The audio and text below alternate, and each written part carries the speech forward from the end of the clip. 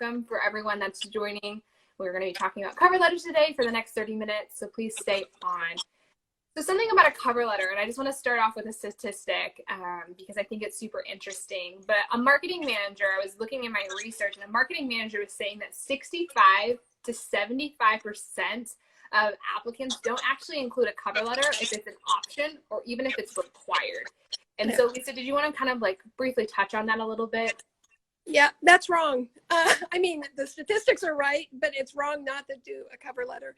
Even if it's not an option, if it's one opportunity for you to get in front of an employer and align your education and experience and tailor that, then it is so important to do a cover letter. If they require a cover letter, by all means, do a cover letter.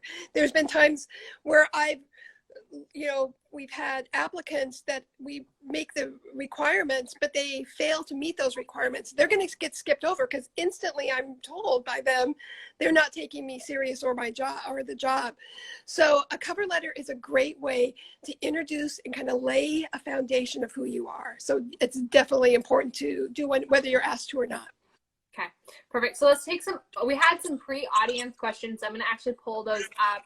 Josh, I do see that you have a question, but we're going to get to that in just a few minutes. We're going to just start with the basics real quick with some cover letters. So we have a question here, and it says, are they necessary? And also, if you can also talk, Lisa, about what's kind of the purpose of a cover letter as well. So are they necessary, and what's the purpose?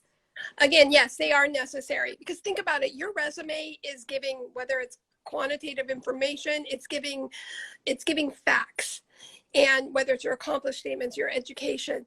But what a cover letter does, it brings out your personality, and it helps you tailor, like I said, tailor your education experience to the job. So having a boring cover letter is going to tell me that the applicant is boring, or they're not taking their time to really introduce themselves. This is a perfect opportunity for you to share a little bit of color, share a little bit about your personality while you're tailoring to your to the employer. What was the second part of the question? Like, what's the purpose? What's the purpose of it? Yeah, it's really showing. It should show a couple things. It should show an employer, one, how well you can write. What is your grammar? What is your grammar that's like mine? Are you using proper grammar? It also shows how well do you know about the company. I don't want to know about my company mission statement on my company. I already know my mission statement, but how well does the reader know about the culture of the company, about the job at hand? And so it shows the employer, one, how well you write. Two, how much do you know about the company and the position that you're applying for? And three, can you align your education and experience to the job at hand? Okay. So we also have another question that I want to bring up. It is, where is it? How long should a cover letter be? If it's boring, very short. But it should be, there's a point to that. No, it should be no more than one page. Think about it. If the first line is dull, I'm not going to read it.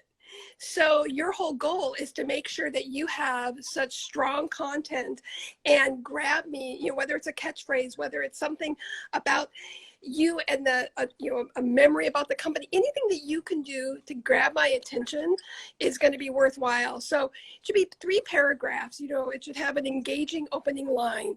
Don't start a resume or don't start a cover letter by saying, I was excited to hear about the position listed on your website, because every other cover letter is going to be written in that same way.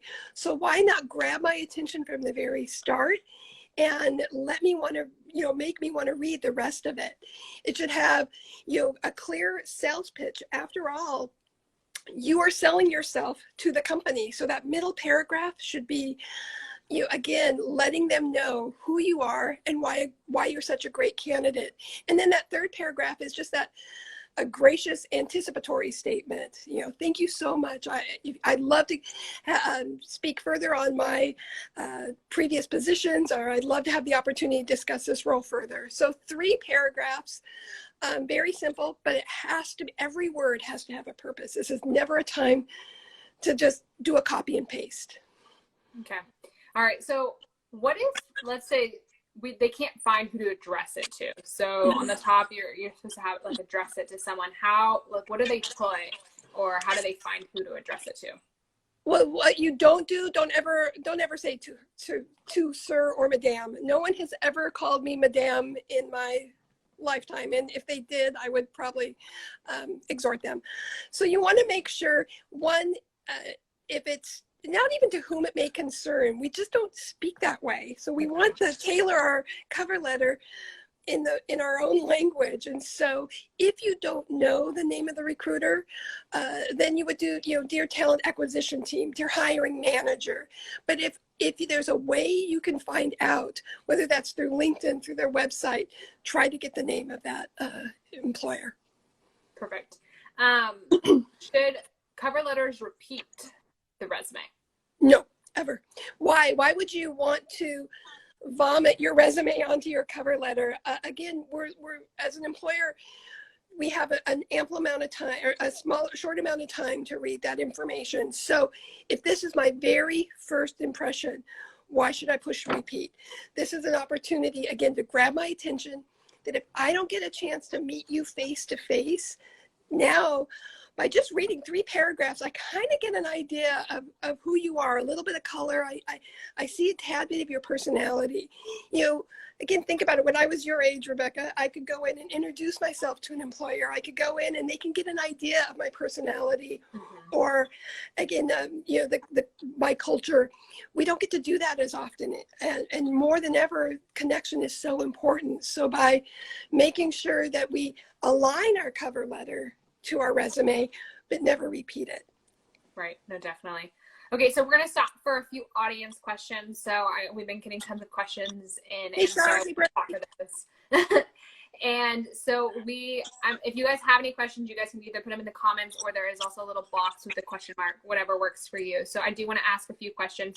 We did get from Josh, what is the most important thing not to put in your cover letter? Yeah. Poor grammar, poor punctuation, again, repeating anything. So you never want to, well, I guess the most important not to be a typical blunder is, let's say you're applying to Google. And so you're talking about Google all throughout this cover letter, and now you're going to apply to Facebook. Don't just cut out Google and switch names. Employers are much smarter than that, and they know if you've copied and pasted. So you're writing this letter tailored for the company. And I know people are thinking, oh, that's exhausting. That's daunting to write a separate cover letter for every position. Add up how many years you've been working on your education. Add up how much time you've spent on your career thus far. Add up how much money and time. And I think a cover letter, 3 paragraphs, is worth it. And the more you understand the culture of the company, the more you understand what the job is like, it's going to be easier to write that, because all of a sudden it's like, yeah, I'm looking up this culture. I see that this is so much of my experience can lead up to, can fit within this job. The more you know about your company that you're applying to and your experience, it's going to be really easy or much easier to write that cover letter. Perfect. I also saw something real quick about if we can talk about thank you notes. If we have time, we can try to get into a few things and a few tips about thank you notes at the end. But I wanted to respond to that. We also got a question from Shar. Hi, Shar. We missed you. Hi, Shar. Would it ever make sense to reach out and ask who to send a cover letter to specifically? I think, yeah, if you can, if there's a number on the screen or somewhere through LinkedIn that you've already applied, but you're maybe connected, or again, it never hurts. So if you have any opportunity to, whether it's through a referral, whether it's through their website, absolutely. All it's showing the employer is that, yeah, you're intentional about what you're doing. Okay, so let's see if there's some more audience questions. And everyone that's joining, welcome. We are talking about cover letters today. So if you have any questions, we are taking audience questions right now. Okay, so let's see. I like this one. Should the cover letter be any different because of the current COVID situation? A good question. I think if there was a time, let's say that's why cover letters are so important to write, and to make sure that you're aligning it with the current situation. So maybe there's been a gap in your employment. Maybe there's been all of a sudden a career transition. You can't state that in a resume. Your resume just shows, here's my time of employment, here's my accomplishments, and go on. That's the benefit of a cover letter. So now, let's say my internship was frozen, or I lost my job as a result of it. That's the importance of that cover letter. Now you can tell the employer, what you've learned through COVID-19, what you've learned as a result of maybe pressing the pause button and gaining additional skills, and why you're going to be that much more adaptable and flexible to the position at hand. So you can't say that in a resume. Mm-hmm. That's what you can do, and articulate that in a cover letter. Perfect. I love that advice, Lisa. Okay, so we have another one. Let's see, hold on. Right here. Can cover letters be stylish, colorful on different paper? Good. Well, here's what you do want to make sure. You want to make sure that the format of your resume, the look of your resume mirrors your resume, or mirrors your cover letter. So if my contact information is on the top of my cover letter or resume, which it should be, that should mirror. Think about an employer. If all of a sudden I have this incredible cover letter, but the contact information, it's sort of like Cinderella and the glass slipper. Now, who does this belong to? So make sure everything is repeated and covered. Don't use, so if your resume is on a white paper with black font, you're not going to all of a sudden have a cover letter with daisies and piñatas. I'm sorry, it's the first thing that came to my mind. Must be the strong tea. You don't want to have a ton of graphics, so you want everything to mirror. Keep it simple. Your personality should be the first thing that's shown on that cover letter, not a ton of graphics.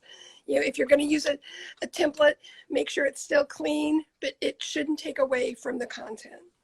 Yeah, and it's something we kind of also talked about a few weeks ago when we talked about social media and branding a couple weeks ago. And if you guys want to watch that, that is actually on our Instagram page. It's just making sure everything's consistent. That's kind of what Lisa's saying, is making sure that everything's consistent, that it's your personal brand on your resume and your cover letter. That it's like she was saying, if those two documents get separated, how are they going to know who it goes to? Yeah. And so your branding is going to look a little bit different too if, like she's saying, maybe daisies and piñatas on your cover letter, I don't know, and like black and white. It's just not going to be consistent. And so the employer is going to get very confused by that and saying, what are you trying to tell me type thing, right. Or they're going to get frustrated. So yeah, Rebecca, I think about different majors or candidates, whether it's graphic design. If it's a graphic designer or photographer or someone within the arts, I hope I don't get just a white resume with black font. I hope I get a cool logo. I hope I get some information that really kind of shows their style. That being said, you can have all the style in the world, but if your content is boring, I'm not gonna keep reading it. I'm just gonna probably admire the pretty pictures. Exactly. We have a question. Will you be providing samples of a cover letter? We actually have resources of a cover letter on Handshake, so you can find those. Let's just take one more question and we'll get back to some of our questions that we have, Lisa. Let me see. CBU Photography is saying exactly what we're saying. Substance, exactly. Exactly. Yeah. I also think about, while you're looking at questions. Again, this is a marketing piece. So when I read someone who has a sales background or a marketing candidate and they're not marketing themselves, my first question is, and you want to market for my company. So think of your cover letter, it's a sales pitch and it's authentic and it's intentional, but you've got to be able to represent who you are. Yep, no, definitely. All right, so we have another question here. Does it make sense to add a picture at the signature line or on top? Don't do a signature on top, but make sure it's at the bottom. So again, yeah, you should make every effort to make sure you're signing that. Again, it's connection. It's the same reason why we say put a picture of yourself on LinkedIn. This is an opportunity. I have your resume.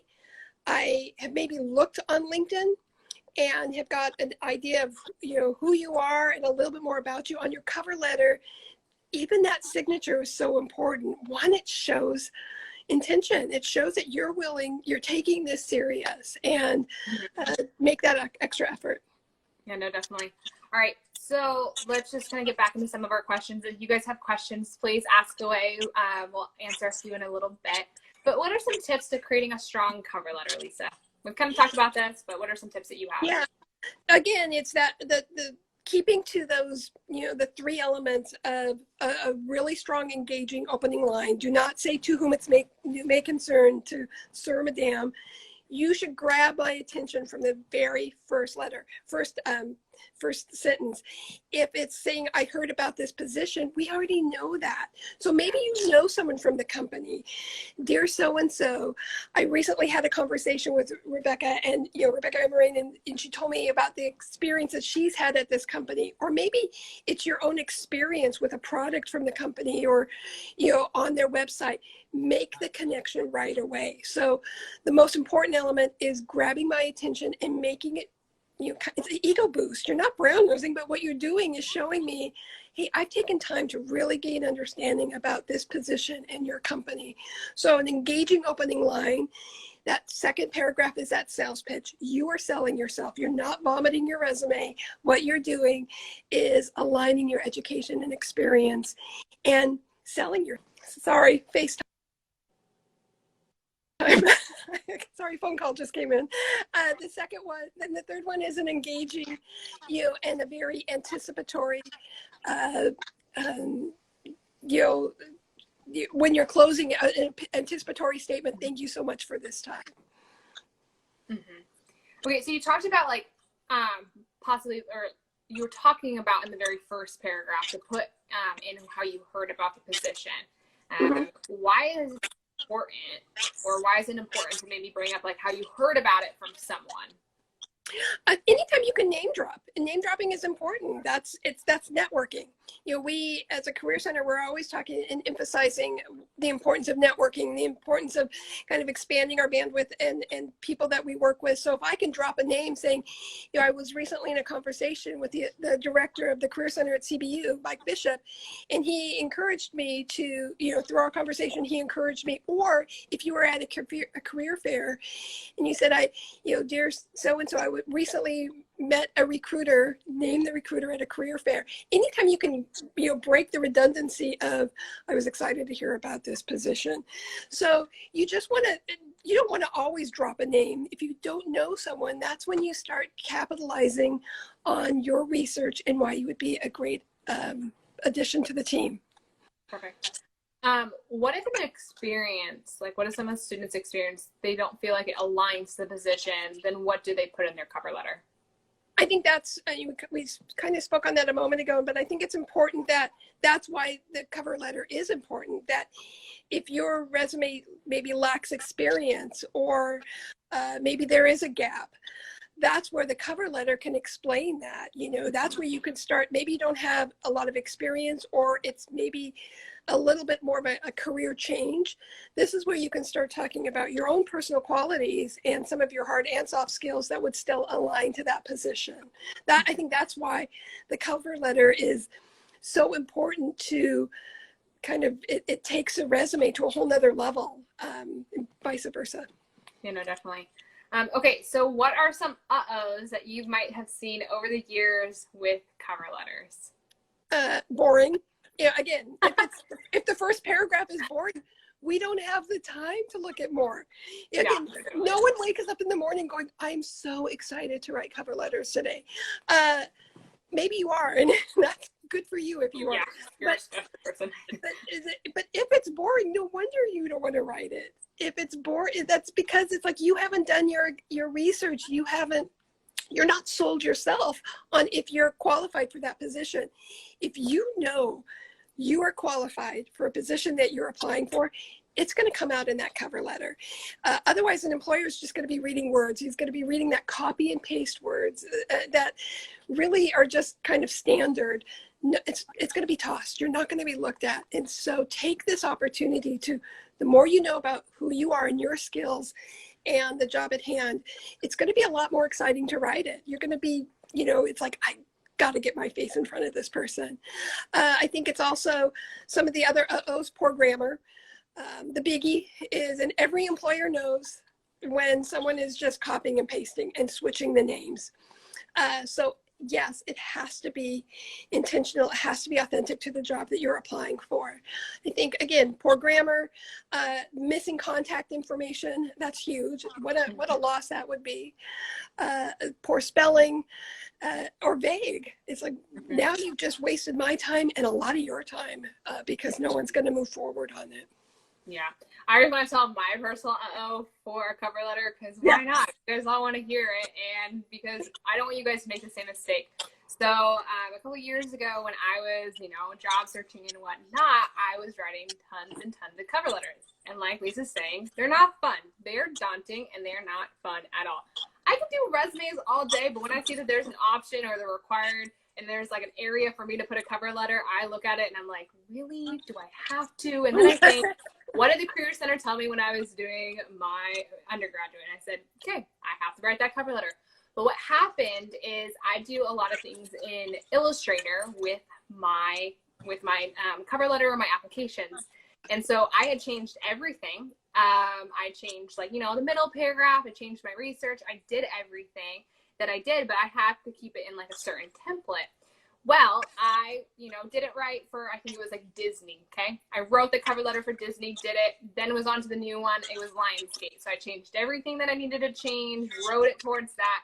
I forgot to change, though. Instead of saying, dear, on the top, I think it said, dear, Lionsgate hiring manager or something like that. It should have said, dear Lionsgate hiring manager. It said, dear Disney hiring manager. So everything else, though, was about Lionsgate. But I had the and I realized it a couple months later when I was just going back through, and I was like, yep, that's probably why I didn't get the position. But that's the whole thing is it's just double checking everything as well. Everything else was changed. I had done my research. I'd done it towards the position, but I didn't take close attention or pay close attention to detail to see that small little change that I could have changed. And so, just make sure that you just double check everything. Double check. It was sad, Josh. It really was sad. And you think about it, it's the same way of studying for a test, working on a final. You can't copy and paste. This is your career, and everything that you've done up until writing that cover letter is so much more important than just being flippant about it. They're not going to read it. If the first line is boring, they're not going to read it. I can't tell you how many books I've started where, I guess I'm high maintenance, but if that first paragraph is dull, my attention span is this big. And so if it's dull, I'm done. It's like, sorry, you didn't catch me. And so all the more reason why, if you have invested so much into your education experience, that's why it should be, you should really tailor it to the company. Yeah, no, definitely. All right, so let's take a few more audience questions. So let's see. Okay, so this one, it says, is it okay to look them up on LinkedIn? It looks stalker-like. Is it okay to look them up? No, are you kidding? That's how my son was hired at Crossway Publishing. That's the best way to do it. Research the company. Start following the company that you're interested in. Maybe seeing who whether it's alumni or, what connections are you aware of that are with that company. And so, and then, connect with them. But that's the whole purpose of LinkedIn. And that's all about. You shouldn't be ashamed or afraid to click connect or to look it up. Recruiters and managers, they were in your position at one point. And so they know, to me, if I was an employer and I saw someone, seeing who I was, seeing what my background was, seeing a little bit more about my company, and then reached out, it would just show intention. So absolutely. Perfect. Yeah, I know we kind of already talked about this a little bit, but I do want to, just in case that they weren't here for this one. Yes. I've never made a cover letter before. Do all job applications require one? Not all job applications require one, but you should do one anyway. It's just one more way of, again, your resume is this, black font on white paper, and is giving me information about your accomplishments and your education. Your cover letter helps me connect with you. And so you want to make sure that you take that effort, even if they're not asking for it. I would take the step. And if they are asking for it, definitely do it. Perfect. All right. There's a really good question in here. It says, can you provide an example of an attention-grabbing cover letter opener? Great question. I think, there's so many. Thanks, Taj, for I think if I was to, if you're I think about one of our student assistants who works for Disney now in PR. Her first line was not necessarily like a typical Disney quote, but she talked about the memory that she had with Disney, from a little girl, a small world, she kind of elaborated so that from the very first sentence, she spoke about how Disney made such an impact in her life, and then went on to align her education. So if you've had experience with a company, if you've benefited from a product, bring that up. If you have, again, show me your personality. I think if you're lacking ideas, ask someone who knows you well. It's like, gosh, give me three great points about me. And sometimes by sharing that, you could actually you can start knitting that into your cover letter. There's also great examples, if you want to, we always talk about the Muse. It's a great website. They have wonderful examples of just creative ones. But here's what you want to do. This is not a comedy stand. This is not a point to, opportunity to be overly whimsical. You still want to show professionalism. You still want to show, be articulate, but grab my attention. I hope that makes sense. Yeah, it made sense. At least it made sense to me. So hopefully it makes sense. That's a follow-up question, Taji. Also, we did post a cover letter tips today. And if you click the link in our bio, we actually have it will take you to an article that will give you 5 samples of cover letters. So you can check out that on the Muse in our link in the bio. So, okay, we have another question from Shar. It says, if you see a fellow alumni at a company, should you reach out and connect or apply first?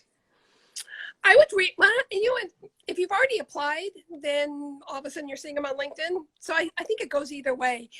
If you haven't applied yet and you reach out to someone, I would, definitely reach out to them and just say, I'm just about to, turn in my resume and application into this company. I would love to hear any advice. I recently just did that with an alum and one of our engineering students, and connected them because he was applying at the same company and he wanted just a little bit more information. And so, always reach out to him if you can. Perfect. Okay, let's see. We have some more questions that are coming in. Let's see. Is it okay to contact the employer and ask how long the current person in that position has held it? No. Is it okay to contact the employer and ask? No, I don't think so. I would never contact an employer. Those are questions that can come up in an interview. If you have any questions about the position, but I don't think that's, as far as cover letters, no. As far as contacting, I personally wouldn't recommend it. You may have a different opinion. No, I agree with that too. Also, kind of going into the employer side as well, what are some tips that you have to find out maybe more about the company? So, what can you tell about that? Don't just go onto the website and look at their mission statement. I'm not going to write a letter to CBU and say CBU is known for telling people to live their purpose. It's like, well, we see that on the billboards. We get that.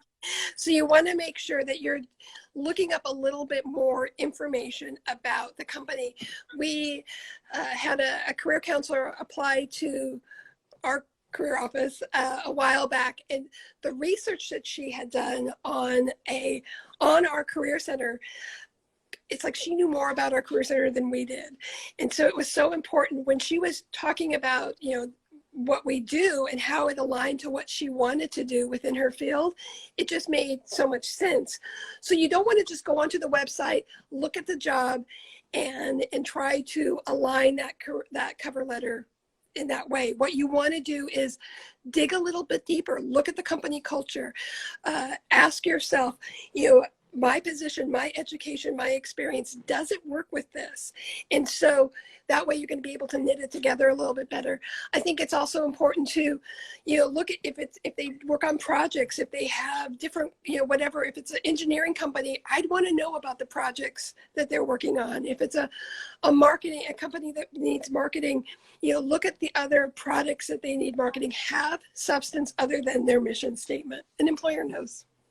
Yeah, so you guys can find things on like LinkedIn, anything like that. I just know when I applied to Apple, I talked about this in an interview setting. I don't know if I've talked about this before, but when I was applying to Apple and I had an interview, it was a group interview, and they looked at us and said, why do you want to work for Apple?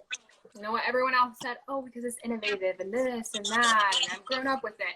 And I actually came up with a statistic, and I can't remember it because it's been a few years, of how many women were leaders in the company. You know how many times they came back to that question, or to my answer? Like 2 to 3 times in the interview. That's what you want someone to do in a cover letter as well. Is doing your research of, it was simple. That was something that was interesting to me. I wanted to work for a company that, took their leaders to be seriously as a woman. And so I came up with that percentage and I put it in, I would say I most likely put it in my cover letter. I can't remember, but I also brought it in an interview. That's the type of research that Lisa's talking about. It's not just the mission statement. It's not just saying what everyone else is saying in a cover letter. So. And I think that's the importance of following those companies on LinkedIn. If you're following a company and that means on your home feed, you're going to hear news about what's happening. So if I'm following Enterprise, or if I'm following, our engineering company, any of these, my son followed Crossway Publishing. And so he knew about the different authors that were, contributing to Crossway, the different things that were coming up. So when he was writing the cover letter and in the interview, he had current information, not just website information that who knows how dated that is. Exactly.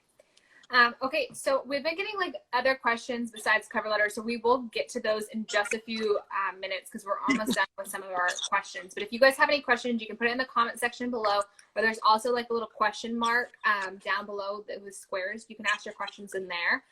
So whatever works best for you. But let me just talk to you real quick about resources about cover letters. We've been talking about cover letters and just kind of telling you all this stuff, but let me tell you some resources. So we have virtual walk-in hours Monday and Wednesday from 1 to 3 p.m. So we can look over your cover letter then. You can also make an appointment with any of our career counselors, and we can look over your cover letter, say, hey, actually this is attention grabbing, or hey, you need to work on this portion, or there's too many I statements. I don't know if we've talked about this, but a lot of times with cover letters, I see I. And I'm like, well, great. That's awesome. But where's your writing skills? Where's those transitional phrases? So making an appointment will work as well. You can upload your cover letter to Handshake, and we can look over it that way. And then like I said, we have resources on Handshake for cover letters as well. So just wanted to talk about that. And we also don't have walk-ins next Monday because it is a holiday. So I just wanted to bring that up as well. Okay. Also, if you want to be putting this down in the question mark or the comment section below, I just also want to know what other topics you'd like to see on Coffee and Career. So if there's certain topics, go ahead and put those down. But let's go ahead and answer a few more audience questions, Lisa. Okay, so I got another one is, when is it an appropriate time to ask about salary when starting at a new position? Well, if you've already started at a new position, you should already know about the salary. So obviously this has nothing to do with cover letters, but your salary is normally either in an offer letter or in maybe the second or third interview. But if you've already been hired, you should already know about the salary. If you don't, shame on you. You should have researched the salary. You don't want any curveballs thrown your way. So either do the research, if you're going into the interview and you want a better idea of what the salary looks like. That's where, LinkedIn is really good on different salary insights. There's a lot of different websites that can give you an idea. But normally, if the company is wise they're giving you that information in the offer letter. Perfect. Okay. So here's another question on cover letter, and then we have another question not regarding cover letters. But we kind of already talked about this, but if you just want to briefly just talk about this. Should my cover letter be black and white, or should it have color/design? If content is more important, so again, it could be the prettiest design, but if it's boring to read, I'll just hang it on my refrigerator. So you want to make sure that the content is the most important thing. That's where the effort needs to be put on. If you have a cool logo or it mirrors the heading of your resume, it should mirror your resume both in format and style. But keep it simple. I want to get to know you. Again, if you're in the arts, if you're visual, a photographer in graphic design, I want to see your style. But again, you can have all the style in the world, and if you can't write, or if it's boring, or there's grammar, I might just set it aside. Yep, no, definitely. Okay, and then because we got this earlier, and I did want to touch on it before we go, what maybe is like a couple tips that you might have for thank you letters or thank you cards? A thank you card. So after an interview. So obviously the most important thing you can do, we don't have the opportunity to interview face-to-face right now. So if you can't, if you have the opportunity of interviewing face-to-face, the most important thing you could do is keep some thank you cards in your car. You're not going to wait a couple days. You're not going to call. You're not going to send an email. You're going to go to your car or go have a cup of coffee, write a thank you card. And you're not writing a thesis. You're not writing a research paper. You're just being classy and being gracious about someone just spent 45 minutes with you and and you connected with. And so you want to just write a quick thank you to that person. That's why it's important to know the interviewer by name. We don't get to do face-to-face right now. So the second best is either mail them one immediately. That day you interview, you mail the company, whoever you interviewed with, a thank you card. Or, if you can't mail them because they're remote as well, then you can do an email, but you want to just don't do a blanket statement. In that email, remind them of maybe a topic that came up, or maybe finish a question that you had a little bit more time to think about. Bottom line, the art of thankfulness we need to bring thankfulness back. And so this is a great way to show them, I appreciate your time. It was great to hear a little bit more about the company culture. I look forward to hearing back from you. That's one more way that your name gets in front of the employer. Yep, no, definitely. All right, so if you guys have any more questions, we're going to take a few more questions, and then we're going to wrap this live Q&A up. So this, again, doesn't have to do with cover letters, but let's go ahead and just take it. It says, what is your advice regarding portfolios? Well, it depends what your major is. I think if it's a cover letter in your resume, you should have a link to your portfolio on there. It should also be on your website, or on your LinkedIn. So if you're having your resume and a cover letter, your link to your portfolio should be in your contact information, just like your email and your LinkedIn URL. And then in your cover letter, you can refer to your portfolio. You would say, I've attached the link to my portfolio. I would love to have you take a look at it, or you can refer back to it. But that's also a great addition for LinkedIn as well. Perfect. Let me see I'm going to have you answer this question. I'm going to see if there's any other questions. But what's one tip for a student to take away from this live Q&A about cover letters? 1 or 2 tips, whatever you feel like, Lisa. I can never think of just one. There's so many. Make me want to read it. Bring it to life. You have worked way too hard on your education. You've spent too much money, a lot of money. And so this is not the time to do a copy and paste. This is a time to bring your cover letter and your story to life. Add some color, add your personality. I should get an idea a little bit more about you by reading your cover letter. And it should make me want to go to your LinkedIn and even get to know you more. But if it's dull, it's representing you. If it's boring, you're telling the employer, I don't have a whole lot going on. Yeah, no, definitely. If there's any more questions, you guys can put them down below. If there's any topics also that you want us to be talking about future, we're actually going to be having Josh Moss on next week, and he's from the alumni office at California Baptist University. So we are excited to have him on next week, and then the week after that, we're going to be talking about all things Handshake. So that will be super, super exciting. Sorry, if you have Josh on, you don't even need coffee because Josh brings enough caffeine to all of the conversation. Yes, no, definitely.